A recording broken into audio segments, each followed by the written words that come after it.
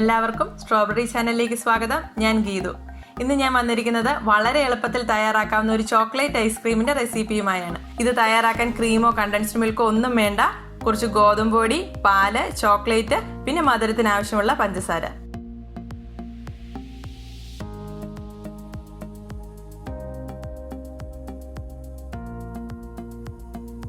നമ്മുടെ ഈ ഐസ്ക്രീമിന് കടയിൽ നിന്നും വാങ്ങുന്ന ഐസ്ക്രീമിന്റെ അതേ ടേസ്റ്റാണ്.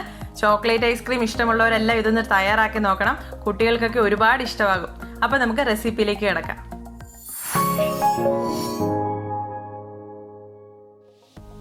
ഇത് തയ്യാറാക്കാനായി ഒരു സോസ് പാനിലേക്ക് ആദ്യം തന്നെ പാൽ ഒഴിച്ചു കൊടുക്കാം. 2 കപ്പ് പാലാണ് ഇതിനായിട്ട് എടുക്കുന്നത്. 1 കപ്പ് എന്ന് പറയുന്നത് 250 ml, അതായത് 1/2 ലിറ്റർ പാലാണ് എടുത്തിരിക്കുന്നത്. നെയ്യൊന്നും മാറ്റാത്ത നല്ല കൊഴുപ്പുള്ള പാല് തന്നെ എടുക്കണം. അപ്പോൾ ഈ 2 കപ്പിൽ 1.5 കപ്പ് പാലാണ് ഇപ്പോൾ ഒഴിച്ചു കൊടുത്തിരിക്കുന്നത്. 1/2 കപ്പ് പാല് മാറ്റി വെച്ചിട്ടുണ്ട്. ഇനി ഫ്ലെയിം ഓൺ ചെയ്ത് ഇതിൽ ഇപ്പോൾ ഒഴിച്ച പാലൊന്ന് ഇളക്കി ചൂടാക്കിയെടുക്കാം. പാലൊന്ന് ചൂടായി വരുമ്പോൾ ഇതിലേക്ക് മധുരത്തിന് ആവശ്യമുള്ള പഞ്ചസാര ചേർക്കാം. ഇപ്പോഴൊരു 5 ടേബിൾ സ്പൂൺ പഞ്ചസാരയെ ചേർക്കുന്നുള്ളൂ. പിന്നീട് ഇതിലേക്ക് നമ്മൾ ചോക്ലേറ്റ് ചേർക്കുന്നുണ്ട്. അപ്പോൾ ചോക്ലേറ്റിന് മധുരം ഉള്ളതാണ്. അതുകൊണ്ട് അതും കൂടി ചേർത്തതിന് ശേഷം മധുരം നോക്കിയിട്ട് ആവശ്യമെങ്കിൽ ആ സമയത്ത് കൂടുതൽ പഞ്ചസാര ചേർത്ത് കൊടുക്കാം. ഈ പാല് കുറച്ചൊന്ന് ചൂടായി, എന്നാൽ തിളയ്ക്കണ്ട. അതിന് മുന്നത്തെ ഒരു സ്റ്റേജ് ആകുമ്പോഴേക്കും നമുക്കിതിലേക്ക് ഗോതമ്പ് പൊടി ചേർക്കണം. ഇതിലേക്ക് ഡയറക്റ്റ് ആയിട്ട് ഗോതമ്പ് പൊടി ഇട്ടാൽ അത് ഫുള്ള് കട്ട പിടിച്ച് കിടക്കും, നന്നായിട്ട് മിക്സായി കിട്ടത്തില്ല. അതുകൊണ്ട് നമ്മൾ ബാക്കി വെച്ചിരുന്ന 1/2 കപ്പ് പാലിൽ മിക്സ് ചെയ്താണ് അത് ചേർക്കുന്നത്. അതിനായി ഒരു കപ്പിലേക്ക് 2 ടേബിൾ സ്പൂൺ ഗോതമ്പ് പൊടിയാണ് എടുക്കുന്നത്.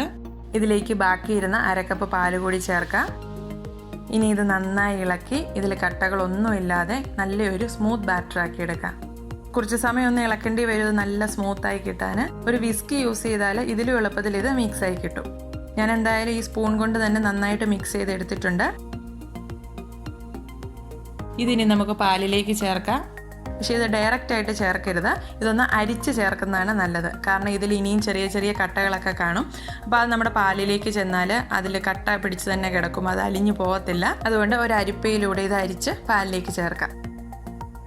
ഇനി ഇതൊരു മീഡിയം ഫ്ലെയിമിലിട്ട് കുറുക്കിയെടുക്കാം. ഫ്ലെയിം ഒത്തിരി കൂട്ടിയിടരുത്, ഗോതമ്പ് പൊടി അടിയിൽ പിടിക്കും.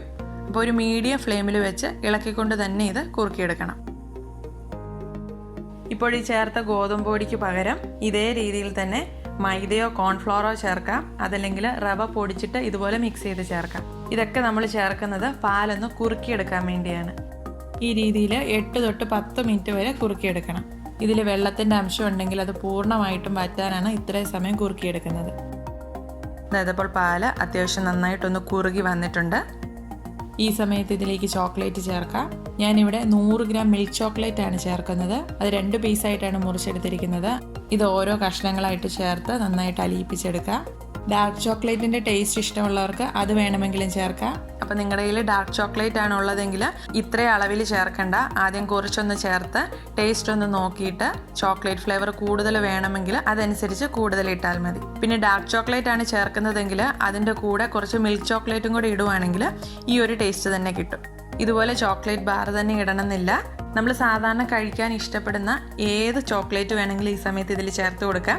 ആ ഫ്ലേവറിലുള്ള ഐസ്ക്രീം നമുക്ക് റെഡിയാക്കിയെടുക്കാം. കോമൺ ആയിട്ട് കണ്ടുവരുന്ന dairy milk, milky bar, Hershey's, ഇത് ഏത് വേണമെങ്കിലും ഈ സമയത്ത് ചേർക്കാം കേട്ടോ.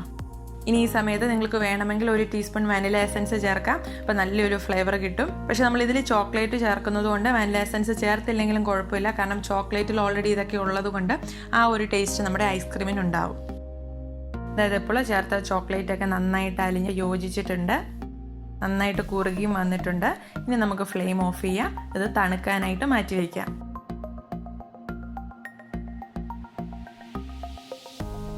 അതായത് ഇപ്പോൾ നന്നായിട്ട് തണുത്തിട്ടുണ്ട്. ഇത് കുറച്ചുകൂടെ ഒന്ന് തിക്കായി വന്നിട്ടുണ്ട്. ഇതിനി ഒന്ന് അടിച്ച് ഒരു സ്മൂത്ത് ബാറ്റർ ആക്കി എടുക്കണം. അപ്പോൾ അതിനായിട്ട് മിക്സിയുടെ വലിയ ജാറിലേക്ക് ഇത് ഒഴിക്കാം. ഇതിനി ഒന്ന് അടിച്ചെടുക്കാം. ഒത്തിരി സമയമൊന്നും അടിക്കേണ്ട, ഒരു 10-15 സെക്കൻഡ് അടിച്ചെടുത്താൽ മതി. ഇനി ഇത് സെറ്റ് ചെയ്യാനുള്ള പാത്രത്തിലേക്ക് ഒഴിച്ചാൽ മതി. ഞാനിവിടെ ഈ ഒരു ട്രേയിലാണ് ഐസ്ക്രീം സെറ്റ് ചെയ്യുന്നത്.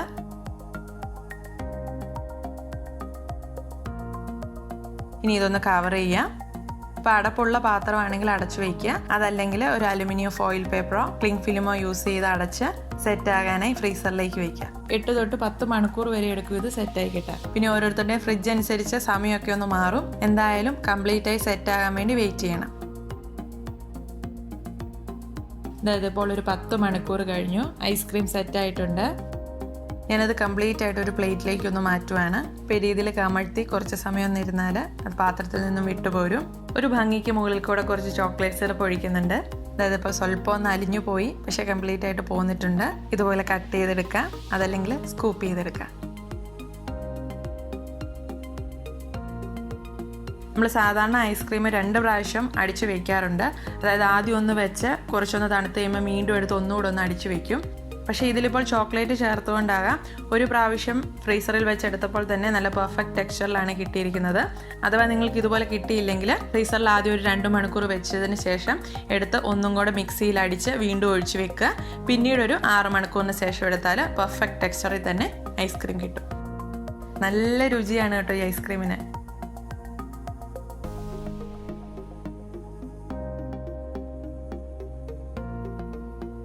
ഇതേ കണ്ടില്ലേ, എത്ര എളുപ്പത്തിലാണ് നമ്മുടെ ചോക്ലേറ്റ് ഐസ്ക്രീം ഇവിടെ റെഡി ആയിരിക്കുന്നത്. നമ്മൾ കടയിൽ നിന്നും വാങ്ങുന്ന ചോക്ലേറ്റ് ഐസ്ക്രീമിൻ്റെ ഒരു സിമിലർ ടെക്സ്ചർ തന്നെയാണ്.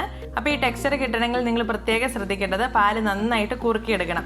പാല് നന്നായിട്ട് കുറുകിയിട്ടില്ലെങ്കിൽ നമ്മളിത് ഐസ്ക്രീം റെഡിയാക്കിയിട്ട് ഫ്രീസറിൽ നിന്ന് പുറത്തെടുത്ത് കഴിയുമ്പോൾ പെട്ടെന്ന് അലിഞ്ഞു പോകും. ടേസ്റ്റിന് കുറവൊന്നും ഉണ്ടാവില്ല, പക്ഷേ ഐസ്ക്രീം പെട്ടെന്ന് അലിഞ്ഞു പോകും. അപ്പോൾ പാല് നന്നായിട്ട് കുറുക്കിയെടുക്കാൻ ശ്രദ്ധിക്കണം. നിങ്ങൾക്ക് വീഡിയോ ഇഷ്ടമായെന്ന് പ്രതീക്ഷിക്കുന്നു. ഈ റെസിപ്പി നിങ്ങൾക്ക് ഇഷ്ടമായാലും ഇല്ലെങ്കിലും നിങ്ങളുടെ അഭിപ്രായങ്ങൾ കമൻറ്റ് ബോക്സിലൂടെ ഞങ്ങളെ അറിയിക്കണം.